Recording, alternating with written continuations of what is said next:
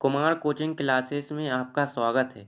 इस वीडियो के माध्यम से हम प्रकाश के परावर्तन तथा अपवर्तन वाले पाठ को डिटेल्स में पढ़ने वाले हैं, तो यह वीडियो लास्ट तक जरूर देखिए। जिसमें हमारी पहली हेडिंग है प्रकाश किसे कहते हैं।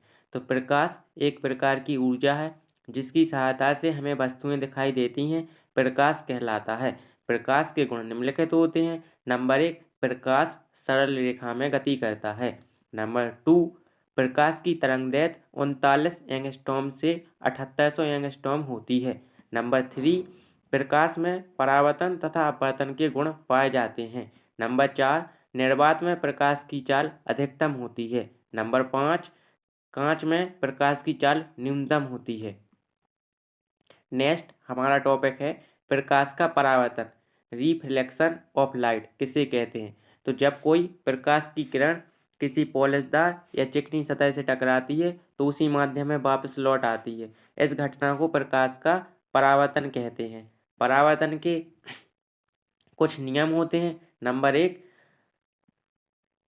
आपतित किरण, परावर्तित किरण, अभिलंब तीनों एक ही बिंदु पर होते हैं। जैसे आप इस चित्र में देख पा रहे होंगे कि इस किरण को आपतित किरण कहते हैं तथा इस किरण को परावर्तित किरण कहते हैं, और अभिलंब तीनों एक ही बिंदु पर होते हैं। इसलिए यह पहला नियम प्राप्त होता है कि आपतित किरण, परावर्तित किरण और अभिलंब तीनों एक ही बिंदु पर होते हैं। नेक्स्ट पॉइंट है हमारा आपतन कोण, परावर्तन कोण आपस में बराबर होते हैं। तो यह आपतन कोण है, यह परावर्तन कोण है और आपस में बराबर होते हैं। अर्थात अगर इधर भी 45 अंश का कोण बनेगा तो इधर भी 45 अंश का कोण बनेगा।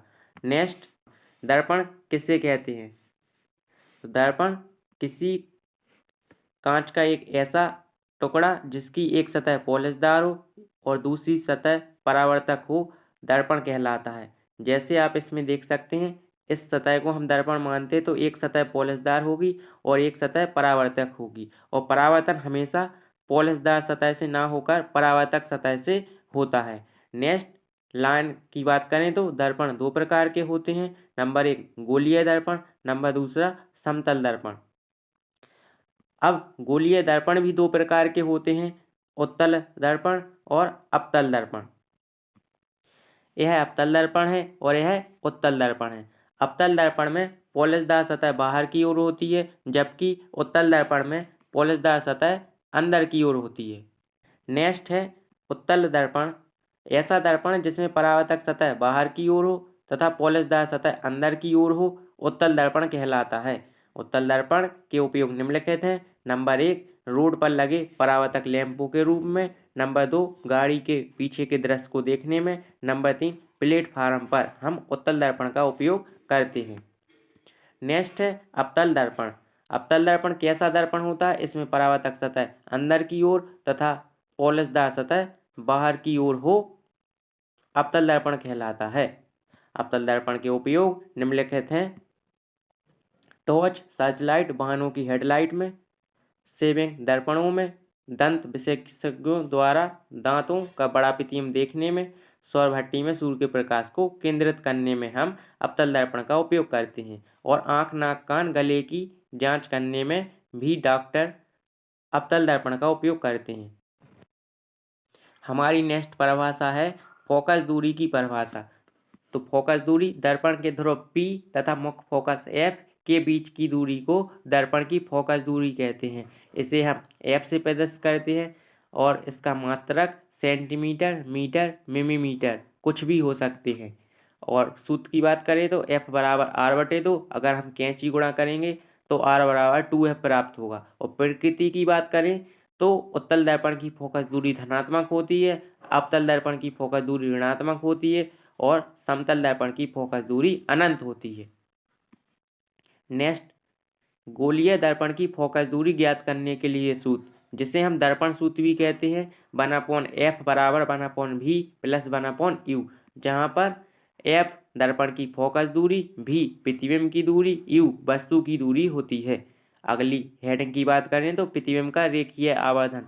रेखीय आवर्धन से आशा है कि वस्तु का प्रतिबिंब कितने गुना बना है। यह परिभाषा की बात करें तो वस्तु की लंबाई और प्रतिबिंब की लंबाई दोनों के अनुपात को हम रेखीय आवर्धन कहते हैं। इसे हम m से प्रदर्शित करते हैं। सूत्र की बात करें तो m बराबर प्रतिबिंब की लंबाई I और वस्तु की लंबाई O, और दूसरे सूत्र की बात करें तो m बराबर I/O बराबर V/U। नेक्स्ट क्वेश्चन है आभासी प्रतिबिंब और वास्तविक प्रतिबिंब में अंतर। तो आभासी प्रतिबिंब और वास्तविक प्रतिबिंब में अंतर, पहला अंतर देखते हैं हम। आभासी प्रतिबिंब सदैव सीधा बनता है और वास्तविक प्रतिबिंब हमेशा उल्टा बनता है। नेक्स्ट अंतर की बात करें तो इसमें किरणें आती हुई प्रतीत होती हैं, जबकि वास्तविक प्रतिबिंब में किरणें मिलती हुई प्रतीत होती हैं। आभासी प्रतिबिंब को हम पर्दे पर प्राप्त नहीं कर सकते हैं और वास्तविक प्रतिबिंब को हम पर्दे पर प्राप्त कर सकते हैं। हमारी नेक्स्ट परिभाषा है प्रकाश का अपवर्तन। प्रकाश का अपवर्तन किसे कहते हैं? तो जब प्रकाश की किरण किसी एक माध्यम से दूसरे माध्यम में प्रवेश करती है तो वह अपने मार्ग से विचलित हो जाती है। इस घटना को प्रकाश का अपवर्तन कहते हैं। अपवर्तन की दो घटनाएं देखने को प्राप्त होती हैं। जब प्रकाश की किरण विरल माध्यम से सघन माध्यम में जाती है तो वह अविलंब की ओर झुक जाती है। और दूसरी घटना को देखेंगे तो जब प्रकाश की किरण सघन माध्यम से विरल माध्यम में जाती है तो अविलंब से दूर हट जाती है। हम चित्र के माध्यम से समझ सकते हैं। इस चित्र में प्रकाश की किरण विरल माध्यम से सघन माध्यम में प्रवेश कर रही है तो वह अविलंब की ओर झुक गई है। नेक्स्ट चित्र में देखते हैं, जब प्रकाश की किरण सघन माध्यम से विरल माध्यम में जाती है तो वह अविलंब से दूर हट जाती है। फिर हम देखते हैं प्रकाश के अपवर्तन के नियम। प्रकाश के अपवर्तन के दो नियम होते हैं। नंबर 1, आपतित किरण, अपवर्तित किरण तथा अभिलंब तीनों एक ही बिंदु पर होते हैं। नंबर दूसरे नियम की बात करें तो आपतन कोण की जया साइन I तथा अपवर्तन कोण की जया साइन R का अनुपात एक नीतांक होता है। इसे हम स्नेल का नियम भी कहते हैं। नेक्स्ट परिभाषा है लेंस। लेंस किसे कहते हैं? तो दो पृष्ठों से घिरा हुआ ऐसा पारदर्शी माध्यम जिसका एक पृष्ठ गोलीय हो अथवा दोनों पृष्ठ गोलीय हो लेंस कहलाता है। लेंस दो प्रकार के होते हैं। नंबर 1, उत्तल लेंस, नंबर दूसरा अवतल लेंस। उत्तल लेंस को हम अभिसारी लेंस भी कहते हैं क्योंकि यह प्रकाश की किरणों को एक बिंदु पर केंद्रित करता है। जब भी प्रकाश किरण अवतल पर डाली जाती हैं तो वह फोकस पर एक साथ एकत्रित होती हैं, इसलिए हम इसे अभिसारी लेंस भी कहते हैं। अगर अवतल लेंस की बात करें तो अवतल लेंस प्रकाश की किरणों को बिखेरता है, इसलिए इसे अपसारी लेंस भी कहते हैं। जब भी प्रकाश की किरणें अवतल लेंस पर डाली जाती हैं तो यह प्रकाश की किरणों को बिखेरता है, इसी कारण हम इसे अपसारी लेंस भी कहते हैं। नेक्स्ट हेडिंग की बात करें तो उत्तल लेंस किसे कहते हैं? तो ऐसा लेंस जो बीच में मोटा तथा किनारों पर पतला हो, हम उसे उत्तल लेंस कहते हैं। उत्तल लेंस के उपयोग की बात करें तो उत्तल लेंस के उपयोग निम्नलिखित हैं। नंबर 1, अनेक प्रकाशिक यंत्रों में उत्तल लेंस का प्रयोग किया जाता है, जैसे सूक्ष्मदर्शी, दूरदर्शी, फोटो, कैमरा, फिल्म, प्रोजेक्टर आदि में हम उत्तल लेंस का उपयोग करते हैं। अगर दूरदृष्टि दोष के निवारण के लिए भी हम उत्तल लेंस का प्रयोग करते हैं।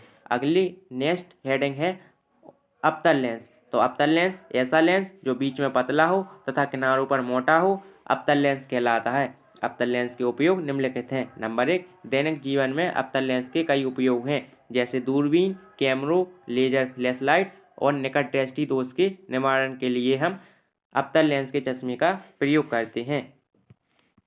नेक्स्ट, लेंस की क्षमता। लेंस की क्षमता की परिभाषा की बात करें तो लेंस प्रकाश की किरणों को अपसरण तथा अपसरण करने की क्षमता को लेंस की क्षमता कहते हैं। लेंस की क्षमता का मात्रक डायोप्टर होता है, इसे हम P से प्रदर्शित करते हैं और लेंस की क्षमता के दो सूत्र बनते हैं। Number 1, F1/F।